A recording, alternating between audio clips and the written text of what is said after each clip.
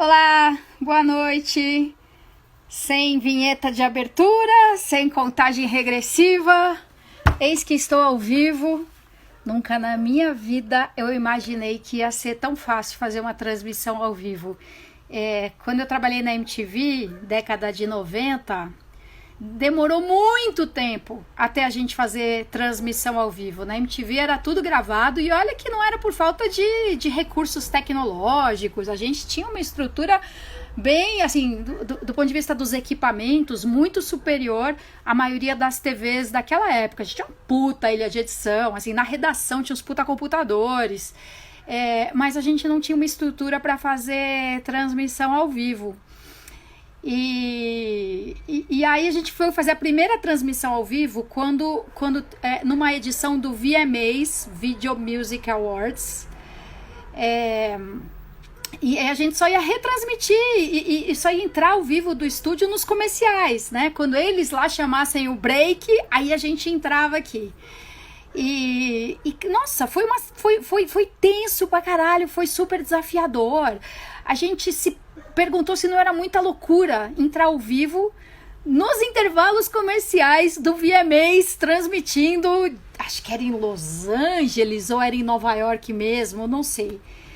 Enfim, na MTV era um desafio entrar ao vivo, depois ficou mais comum, a gente começou a fazer mais vezes, o Barraco MTV era um debate semanal ao vivo, com 1 hora de duração, aí teve o próprio Video Music Brasil, foi o primeiro grande evento produzido por nós.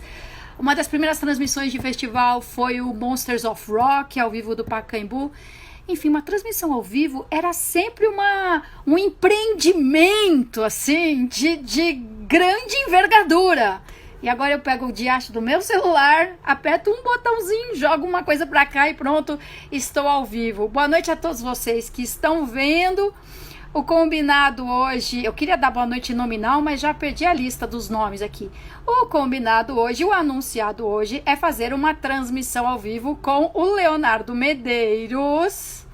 E eu acordei tensa hoje para fazer a transmissão com o Leonardo Medeiros, porque esta bodega da minha casa, meu endereço, dão muito pau quando a gente faz transmissão dupla, quando faz ao vivo com convidado.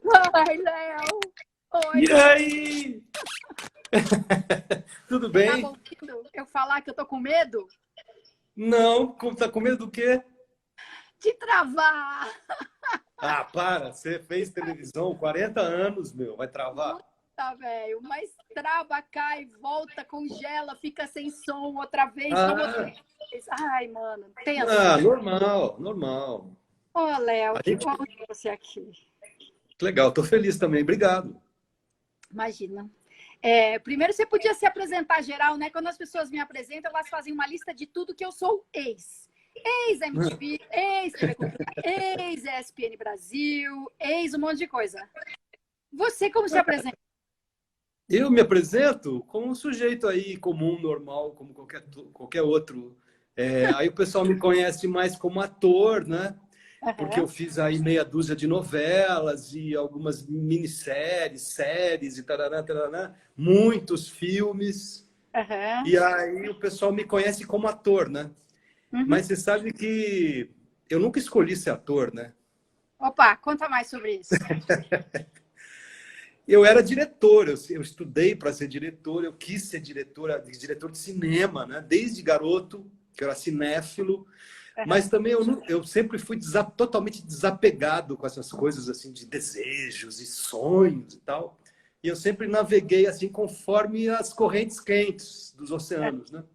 E eu acabei virando ator, fazendo participações e tal. As pessoas gostavam de mim, me adoravam e tal. Aí começou a pintar emprego, eu comecei a trabalhar. E de repente eu estava fazendo cinema e aí eu era ator. Uhum. É bem budista isso, né? De certa forma. Budista é uma raça engraçada, assim, a gente sempre se prepara para o pior, né? Primeira das 4 nobres verdades, a vida é sofrimento. Pois é. A minha professora, que é a Lamatseri, ela fala assim, não é à toa que não me convidam muito para festa, sabe? Porque é o primeiro ensinamento. A vida é sofrimento, mas aí vem o segundo, sofrimento tem uma causa. Aí vem o terceiro, a causa é a mente. a mente pode ser transformada e o sofrimento pode ser eliminado. Mas budista tem um jeito meio pessimista e leve de pensar. A gente se despede assim, ó, tchau, até amanhã ou a próxima vida, o que vier primeiro. Mas então, acho que tem essa coisa assim do desapego, né? Porque o desejo ele causa muito sofrimento, né? E eu conheço muitos atores, muitas atrizes que estão há 40 anos tentando, mas e não é por falta de talento, mas a vida não sorriu para eles, né? E isso causa um sofrimento, assim, e a vida apresenta tantas alternativas, né? E aí você fica muito... Aí o desejo é... No ensinamento do Dharma, esperança e medo estão na mesma categoria. Ensinamentos do Dharma são os ensinamentos do Buda, né? Do Buda Shakyamuni. Assim, esperança e medo são duas emoções aflitivas. E geralmente a gente fala de esperança como uma coisa positiva, né? E do ponto de vista budista, você esperar, quer dizer, você se apegar à ideia de que alguma coisa vai acontecer, é tão fonte de sofrimento quanto o medo de que alguma coisa aconteça ou não aconteça. Assim, não quer dizer que a gente fique livre disso, isento, tal, mas eu já sofri muito mais com expectativa do que eu sofro hoje. Nem se compara, nem se compara. Isso é bom de ficar velho também, né? A gente vai desencanando. Eu te conheci, você tinha o quê? 14 anos? 15 anos? 13, 14 por aí, no Teatro da Cultura Inglesa. Isso. Olha que só, tempo, hein? O Alfredo Cabral, que está sempre aqui nas lives, ele é bem ativista, ativo na área da população em situação de rua. Ele fala que, como no Espiritismo, nos cursos que já participei, quando foi dito, você é responsável por tudo aquilo que lhe acontece, aí sumiu boa parte. Mas quer saber? Ele está certo. Porque eu acho que a gente não tem que seguir uma religião, assim. Eu acho que tem simpatias, né? Eu tenho uma simpatia profunda pelo budismo, que, aliás, tem vários pontos de encontro com o espiritismo kardecista. Mas, assim, eu não sou espírita, eu não sou budista também. Eu sou a minha onda, entendeu? Agora, tem coisas, assim, que batem errado na gente e tem que sair mesmo. Sabe que o Dalai Lama, que é uma das maiores autoridades, né, do budismo tibetano, ele fala, primeiro você não precisa ser budista. Vou anotar em palitinhos aqui quantas vezes eu precisei reiniciar esta transmissão. Estava aqui conversando com Leonardo Medeiros, diretor, ator. Estávamos falando sobre budismo e kardecismo. Viu, Lilian? Eu vou anotar quantas vezes. Tomara que seja a única. Vou esperar o Leonardo voltar aqui para a gente continuar conversando. Oi, Japinha. Olha o Leonardo aqui. Deixa eu chamar ele já. Leonardo.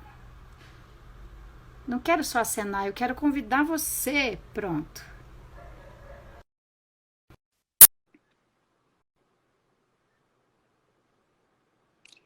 Estou aguardando ele. Oi, Elaine. Oi. E aí? Caiu mesmo. Até onde você me ouviu? Perdi o fio Dalai total. Lama? Tava falando Dalai Lama, que não precisa ser budista. E não precisa sequer ter uma religião, ele fala. Não é incrível? Eu não sei, a gente não deve convencer ninguém a ser budista, porque a gente tem que mudar a si mesmo e não sair querendo que o outro seja como a gente acha que é o certo. E ele diz, não precisa ser budista, na verdade você não precisa ter uma religião, você pode não ter uma código de ética. O seu código de ética, né, de conduta. Sim. Então, eu fiquei um tempão sem religião, eu fui criada no catecismo e gostava muito de ser católica, mas aí chegou uma idade que comecei a ter uns conflitos lá, umas divergências com a orientação da igreja, e aí fiquei um tempo sem religião e depois fui tendo algumas dúvidas, algumas divergências, aí teve uma hora que eu falei, não, budista, eu quero ser budista. Foi quando eu concordei com tudo. Mas eu acho que, assim... Acho que, do ponto de vista psicanalítico, Eu acho que todo brasileiro é católico. No fundo, assim, a construção das nossas características de nação e tal, a gente tem as culpas, o cristianismo, o paradigma cristão, acho que está em todos nós, né? Aí, conscientemente, a gente faz essas opções, mas no fundo é duro reconhecer. Mas eu sou católico, sabe? Sabe, na hora do vamos ver ali, não tem jeito, é a raiz, sabe? Não tem jeito de você tirar essa raiz. É a nossa cultura mais primária. A gente tenta, mas é difícil, né? Romper com essa cultura. É, claro. Não precisa. Eu preciso admitir, eu preciso reconhecer.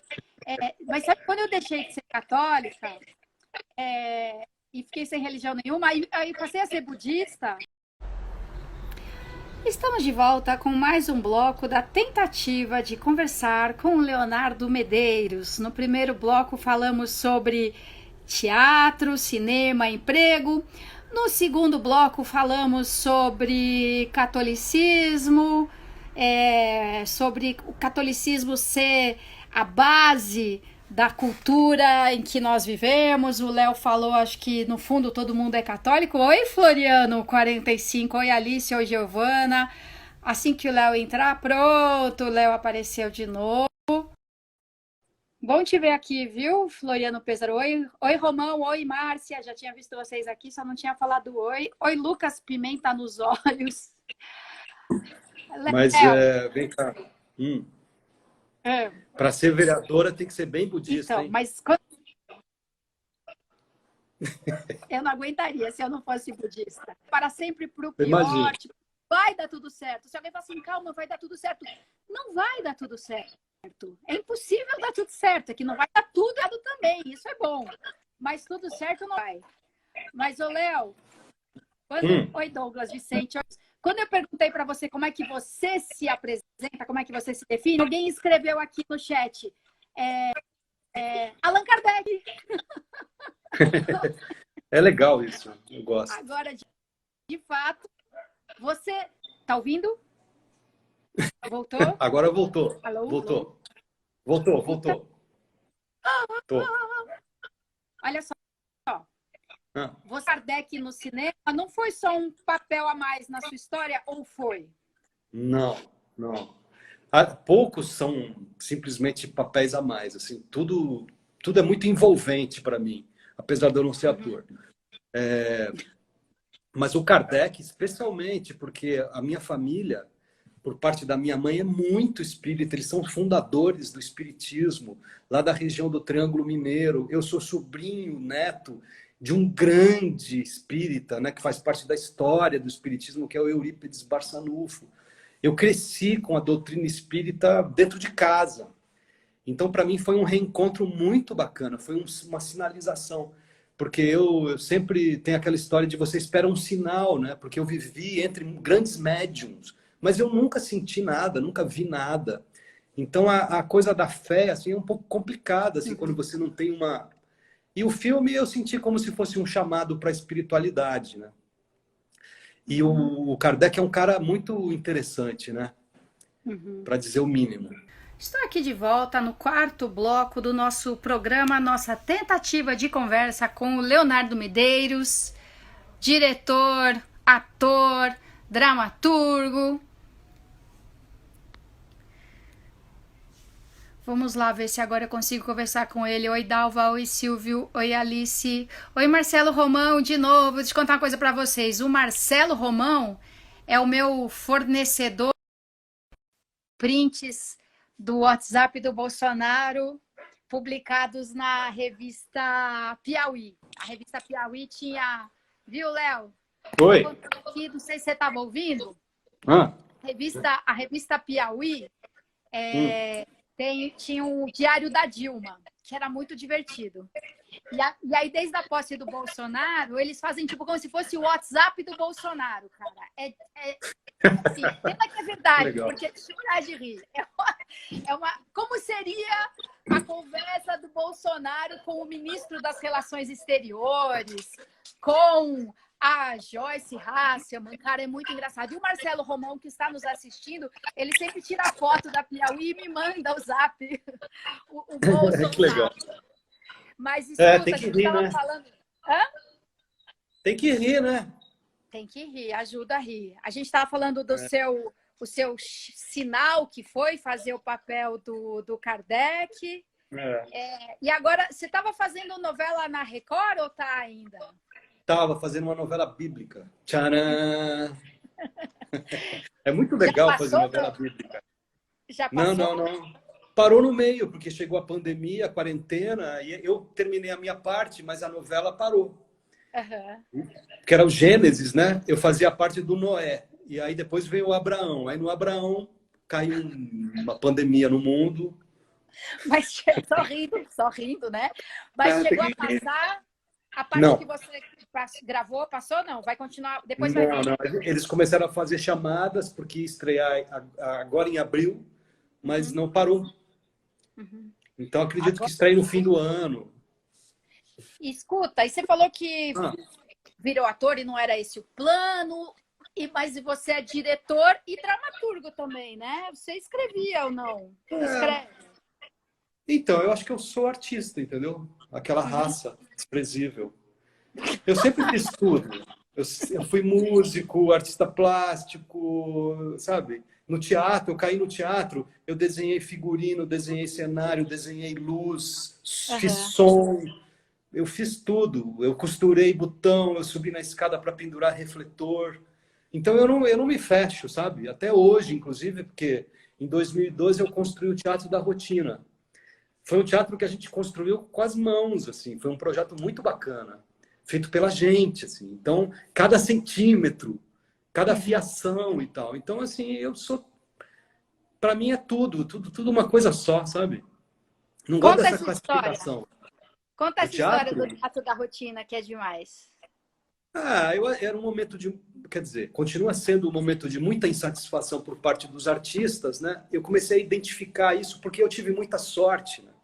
Porque eu acabei rolando na minha carreira e sendo bem recebido e virando um cara razoavelmente de sucesso e tal. Mas eu sentia muita insatisfação nos meus amigos, assim, principalmente na garotada que sai das escolas, que tem essa coisa do sonho de ser artista, né? Que eu sou ator, e tal, e fica uma coisa daquele sofrimento e tal. E não tem mercado. É um mercado muito restrito, assim, muito pequeno, não é nem mercado, né? É um artesanato. E aí eu senti essa insatisfação geral do pessoal e falei, cara, vamos parar de reclamar e vamos fazer alguma coisa? E aqui vamos para o quinto bloco deste diálogo. Podia ter um nome assim, Diálogos Intermitentes. Estamos aqui de volta com mais um bloco de diálogos intermitentes com o Leonardo Medeiros, que muito pacientemente já entrou aqui outra vez. Vou visualizar. Oi, Márcia Aguiar. Márcia, te dei um oi quando acho que você não estava mais aqui. Leonardo está conectando. Olha, só falta eu sentar em cima do modem. Não tem mais o que... Mas eu acho que é um tempo determinado, é 4, 5 minutos. Pode ser, eu preciso fazer blocos mais curtos. Eu ouvi até a hora que você falou que o pessoal sai da faculdade louco para ser ator, louco para trabalhar e não tem onde, não tem por onde. Até aí eu ouvi. E depois... E veja bem, eu trabalho com o pessoal, que é o pessoal aqui do centro, né? Você imagina assim na periferia e tal. Aí a situação é muito mais complicada, né? E o artista, um artista frustrado é uma bomba atômica, porque ele é um cara que tem facilidade de expressão, ele quer se expressar, fica represando aquilo e dá num louco, né? Fica louco. E aí eu juntei uma galera, um pessoal assim de 25 anos, a média de idade, juntei na minha casa e começamos a conversar sobre arte, sobre estética, sobre filosofia, sobre ética. E aí deu vontade de começar a trabalhar e a gente tinha um produtor amigo meu que tinha uma sala no Baixo Augusta, uma sala de escritório.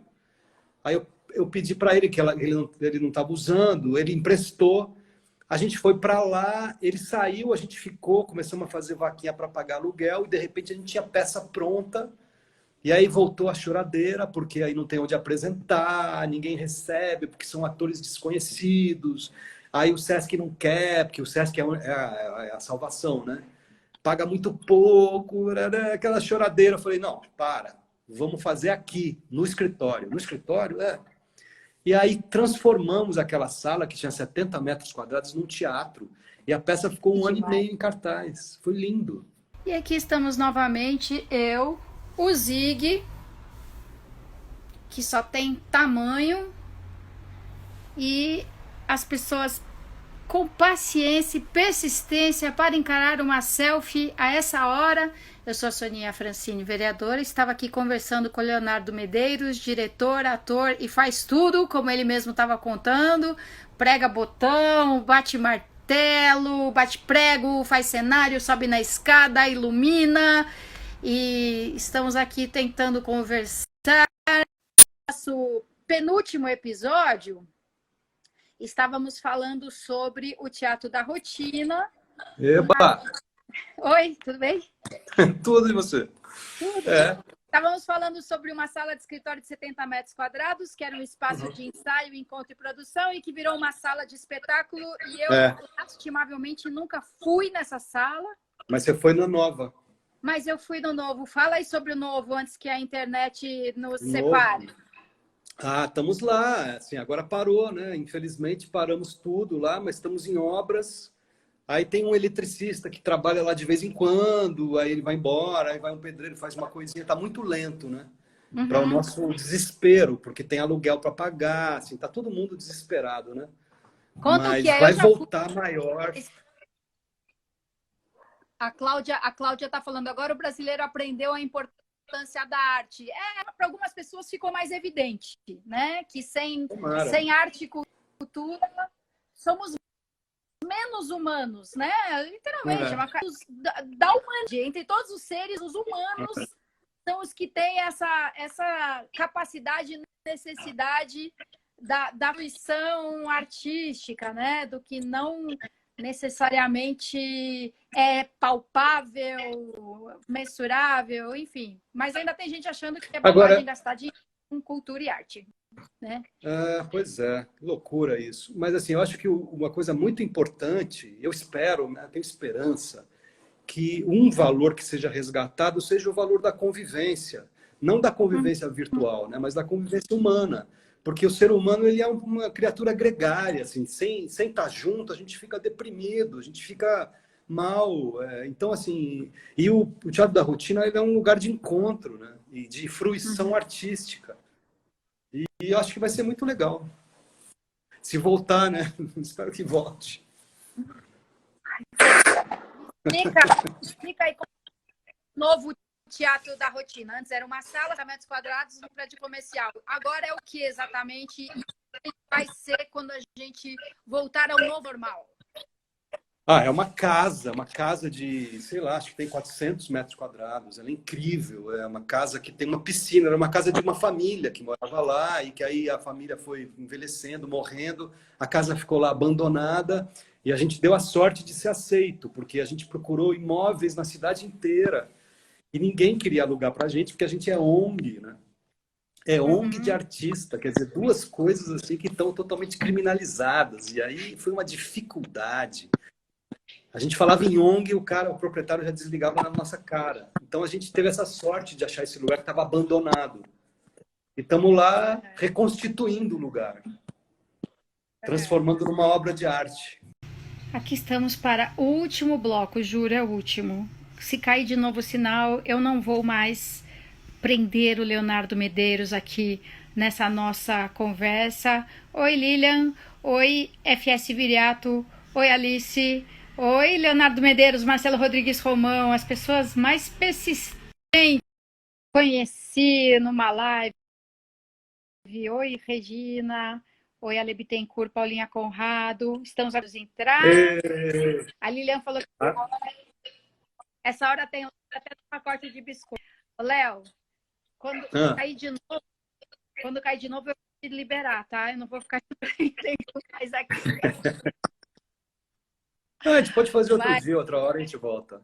Eu acho que tá eu vou todo querer. mundo assistindo alguma live do Alok aí, da Anitta, alguma coisa assim.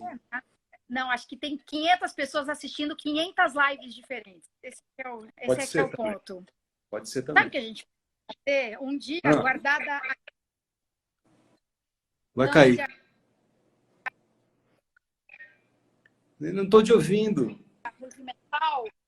Oi, eu sou Soninha Francini, vereadora em São Paulo.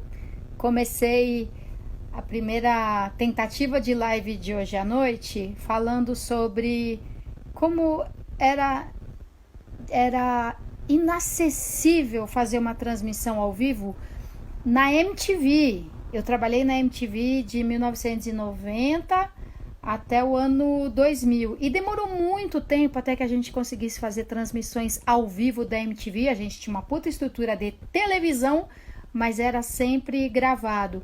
Eu acho que foi só lá por 94, ou seja, 4 anos depois que a TV estava no ar, que a gente fez uma transmissão ao vivo. E aí depois, no ano 2000, eu fui trabalhar na TV Cultura. E é engraçado, a Cultura, de muitas maneiras, ela era mais pobre do que a MTV. A MTV tinha sempre equipamentos de ponta, de gravação, de edição, computadores na redação.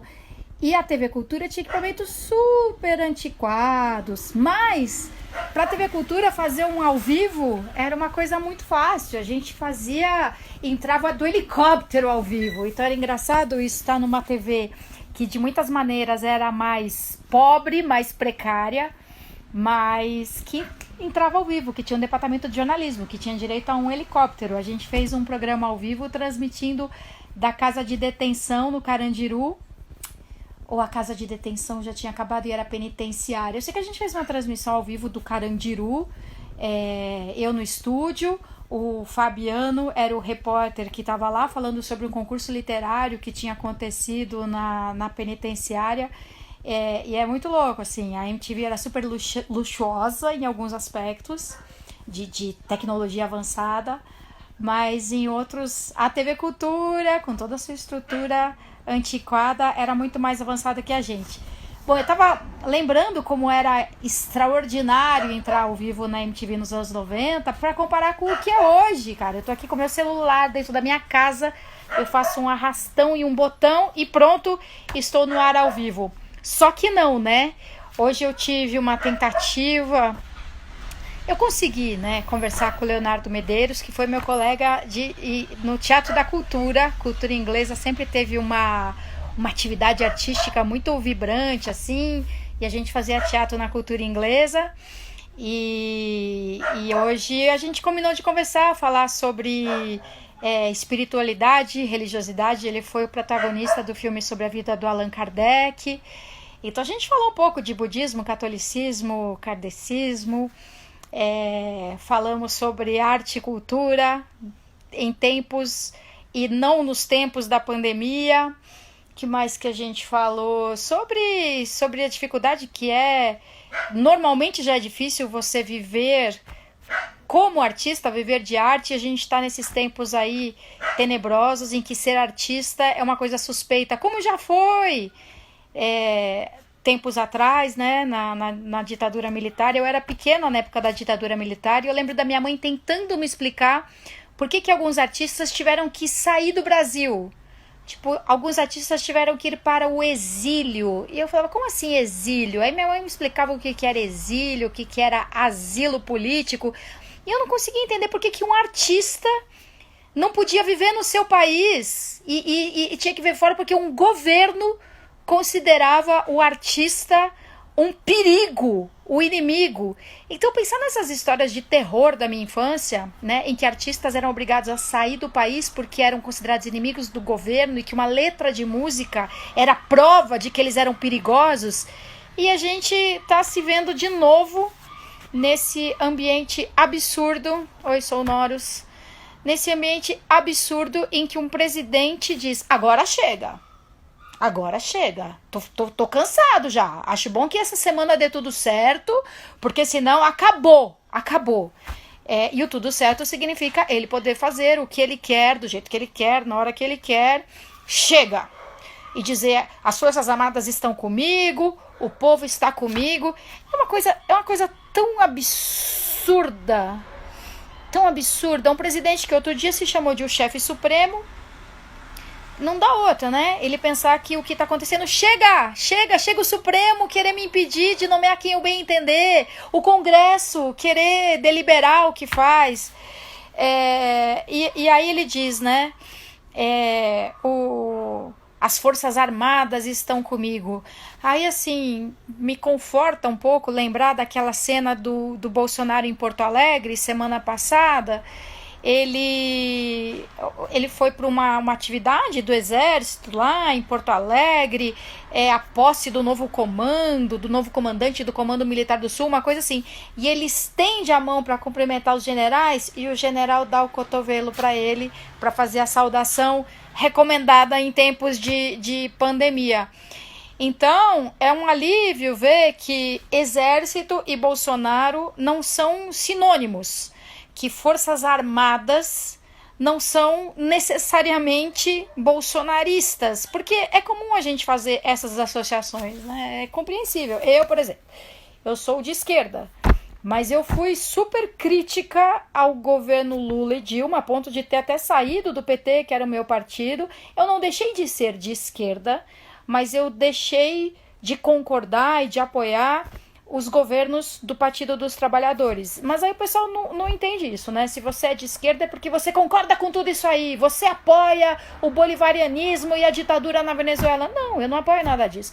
Da mesma maneira, tem muita gente que é de direita no sentido de um pensamento na economia, um pensamento sobre o papel do Estado, um Estado que interfira menos na atividade econômica e tal. Mas as pessoas têm esse pensamento que não é de esquerda, que se opõe ao pensamento de esquerda, mas nem por isso elas são bolsonaristas. Então, assim como nem todo mundo que é de esquerda é petista, nem todo mundo que é de direita é bolsonarista, e as Forças Armadas não são necessariamente apoiadoras, simpatizantes do Bolsonaro. E sério, aquela imagem, para mim, foi muito inspiradora, dos generais não querendo cumprimentar o Bolsonaro com a mão e sim respeitar as orientações das autoridades sanitárias, as orientações do Ministério da Saúde, que é não evitar tocar mão com mão. Eles não quiseram ser insolentes, eles não quiseram desrespeitar a autoridade do presidente da República, até tentaram, né, assim, dar um tapinha nas costas, quase dizendo assim, não é nada pessoal, mas demonstrando claramente que não aceitam, ou melhor, mostrando claramente que concordam com as orientações das autoridades sanitárias. E ontem a gente viveu mais uma vez o episódio de agressão a jornalistas. Não é o presidente quem bate, não é o presidente quem manda bater, mas fica implícito, né? Na maneira como ele sempre trata jornalistas, meios de comunicação como os culpados pelo terror, culpados pelo desemprego, culpados pela miséria, enfim, se as pessoas estão passando fome, a culpa é da mídia que faz um terror, que exagera, coisa e tal. Então, o Bolsonaro, ele não precisa mandar bater em jornalistas, né? A postura dele sugere isso, induz a isso. E em qualquer lugar sempre tem pessoas que são mais suscetíveis a perder a cabeça, a partir para as vias de fato, partir para agressão. Então, aquele líder que as pessoas tanto respeitam, é muito importante que ele se posicione contra esse tipo de ação e de reação agressiva, violenta. E aí, quando o Bolsonaro não só não condena a violência, não só não condena a agressão, como endossa pela forma como ele se manifesta, aí nós estamos ferrados. E aí, de novo, esse é um erro que acontece tanto à direita quanto à esquerda. Então, quando eu critico o Bolsonaro acusando a mídia de criar uma situação de pânico, ou defensores do Bolsonaro agredindo fisicamente jornalistas, Vamos assim, porque você preferia lá nos países comunistas. Não, eu não prefiro nenhum país que não tenha liberdade de imprensa. E, aliás, nos governos do Partido dos Trabalhadores, houve muitas agressões a jornalistas. Teve militantes de esquerda que foram lá depredar a Editora Abril, porque discordavam de uma capa da Veja, porque achavam que a Veja era golpista e queria derrubar a presidente. Então foram lá e picharam, depredaram, e eu falava assim, gente, não é assim que se faz.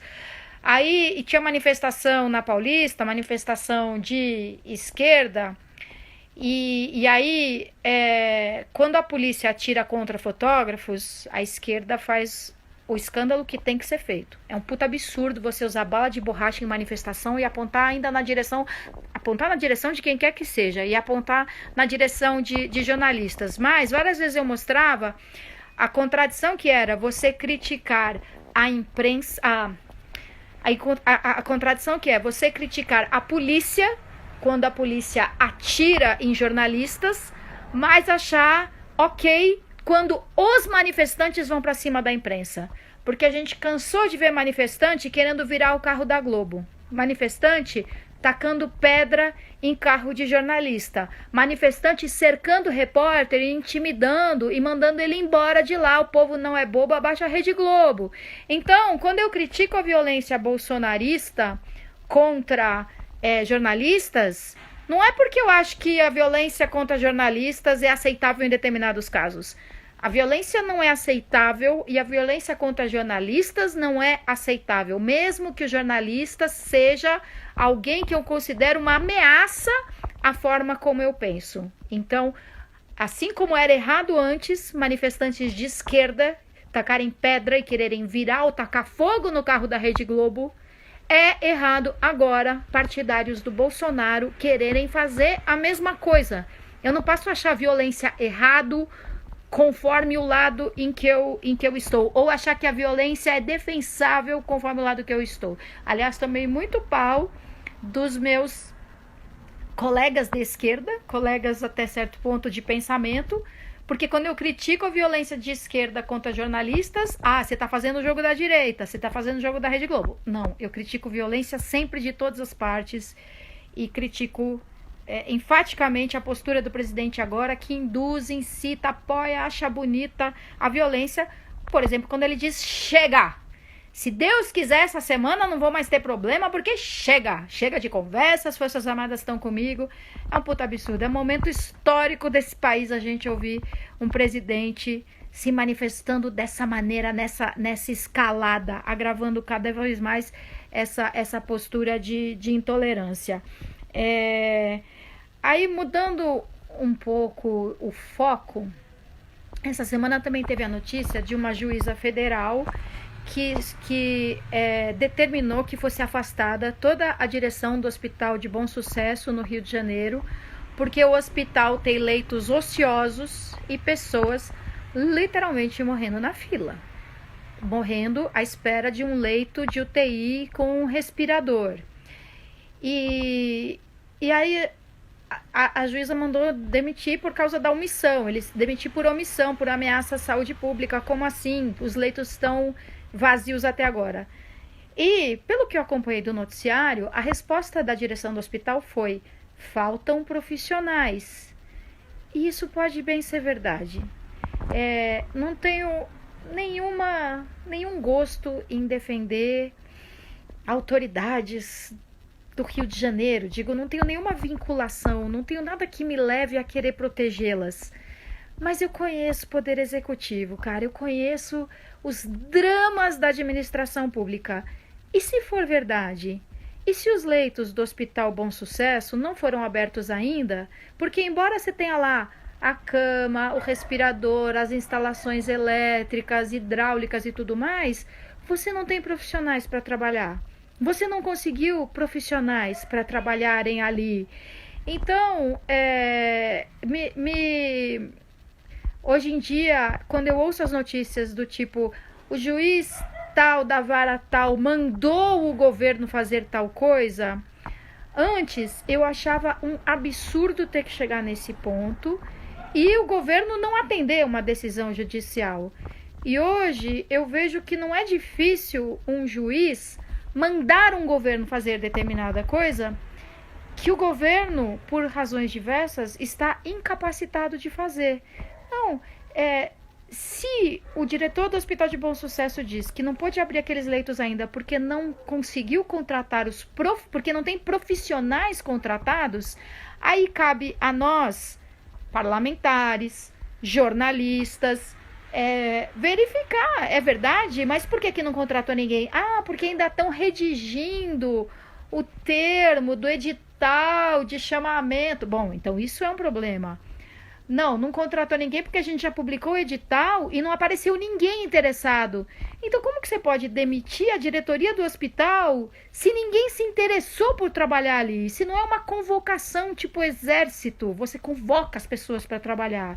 Aí talvez a gente, jornalistas, parlamentares, investigue que, bom, eles estão querendo contratar profissionais para trabalhar 20 horas por dia por R$1.000, estão oferecendo um salário ridículo e condições de trabalho pavorosas. Aí sim você pode questionar o que eles estão oferecendo para contratar profissionais. Deixa eu ver aqui que o Alfredo Cabral não adianta colocar no leito e não ter quem cuide, que aliás é o principal, o profissional da saúde. Exatamente, Alfredo. Então, eu assisti aqui a notícia, né?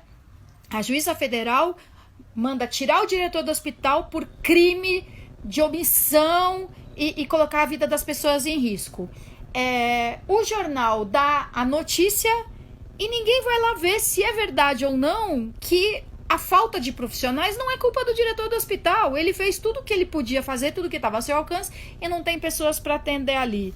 Então, me chama a atenção. Eu aqui como espectadora estou aqui sem saber. O jornalista que deu essa notícia, ele tinha que ir lá ver.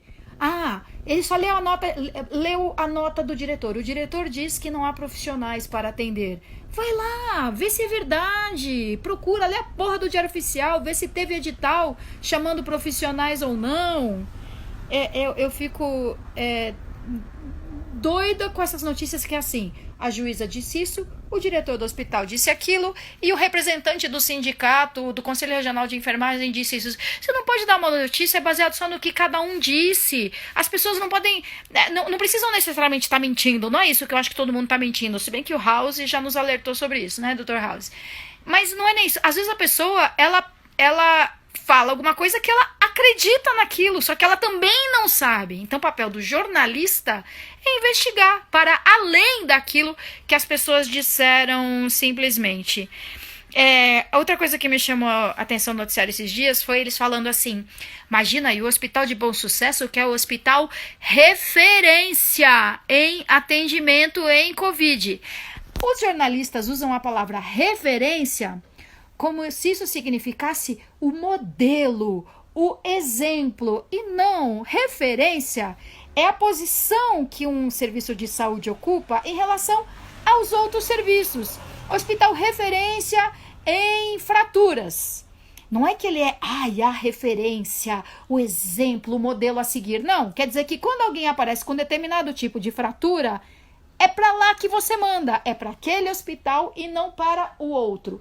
Então, sim, ser um hospital referência é uma coisa de muita importância, porque vários outros serviços estão referenciados nele. Mas os jornalistas falam como se fosse sinônimo de excelência. Cara, eu sou jornalista, não de formação, minha formação foi em cinema, a minha categoria é radialista, mas jornalista de ocupação profissional. Eu trabalhei em jornalismo durante muitos anos da minha vida e eu fico arrasada com a displicência com que nós, jornalistas, falamos de algumas coisas baseadas simplesmente no que alguém disse, no que alguém escreveu. E isso vale para o jornalismo político, vale para o jornalismo esportivo. Eu lembro, às vezes, eu estava para entrar no ar na ESPN e chegava uma notícia de última hora, assim, olha isso aqui, fulano vai jogar não sei onde. Aí eu falava, pera, mas onde você pegou isso? Não, deu no Terra agora. Não, acabou de publicar no UOL. Globo.com. Então, o que a pessoa ali da produção estava querendo dizer com isso? Não, é fonte confiável. Eu vi no G1, eu vi no Globo.com, eu vi no UOL, eu vi no Terra, eu vi no Estadão. Aí eu falava, mas De onde eles tiraram essa informação? Ah, não sei. Aí vai lá ler a notícia e aí você vai ver que teriam dito, fulano teria comentado, colegas de time do Kaká estariam comentando entre si que ele já acertou a transferência dele pro Milan. Aí não adianta ter saído no Terra, no Estadão, no G1, no Globo.com, no... A notícia em si não tem uma base sólida. E aí a gente está vivendo isso hoje em dia muito fácil com as tais das fake news no WhatsApp. Porque elas vieram de alguém que você confia. Você recebeu no grupo do trabalho, você recebeu de um colega seu que viu no Facebook de um conhecido dele. Então, seja numa portal de notícias, seja num canal de televisão, ou seja no WhatsApp, não importa muito de onde veio. Quer dizer, já é meio caminho andado. De onde veio? Se veio uma notícia sobre o Corinthians na lista de torcedores palmeirenses, né, fica mais evidente. Mas, às vezes, veio de um lugar sério, só que não necessariamente aquele lugar sério tomou todas as precauções antes de publicar a notícia. Porque estava mais preocupado com ser o primeiro a publicar, porque estava publicando 10 mil coisas ao mesmo tempo e não se deu ao trabalho de verificar aquela informação ali, se era bem embasada mesmo ou não. E olha, ouvi dizer, me falaram exatamente, teriam dito, mas o texto, né, Alfredo Cabral está mencionando aqui alguns sinais de alerta de que a notícia não é 100% confiável. No jargão, né, do jornalismo, não é assim, ouvi dizer ou me falaram, isso vem no WhatsApp, mas no jornalismo é assim, teriam dito, teriam comentado, é a mesma coisa do que ouvi dizer, é a mesma coisa do que me falaram, fiquei sabendo. O jornalista não escreve fiquei sabendo, mas ele escreve teriam dito, teriam comentado. E o judiciário também faz isso. Olha, teve um edital que a Secretaria Municipal de Cultura ia publicar, que era o tal dos Janelas Abertas. E aí o Alexandre Youssef era o secretário de Cultura, não é mais, agora é Hugo Pozzolo, não sei falar sobre o nome dele, mas o Youssef escreveu no Instagram dele, deu alguma entrevista, saiu uma notinha publicada na Mônica Bergamo sobre o edital Janelas Abertas. Um juiz mandou suspender o edital e pediu maiores explicações, mas detalhe, ele mandou suspender o que ainda não existia, baseado numa postagem do secretário da Cultura, numa notinha, num comentário. Alguém entrou com uma ação questionando e o juiz acatou e concedeu uma liminar para barrar o processo. Ele barrou um processo que não existia ainda e a justiça tem que agir diante de um fato concreto. Não era uma consulta em tese, era um caso concreto. E o caso concreto simplesmente não existia. Então, nós, jornalistas, nós políticos, porque nós políticos também vivemos dando palpite sobre o que não está escrito, sobre um projeto de lei que não diz aquilo que a gente está criticando, é uma loucura.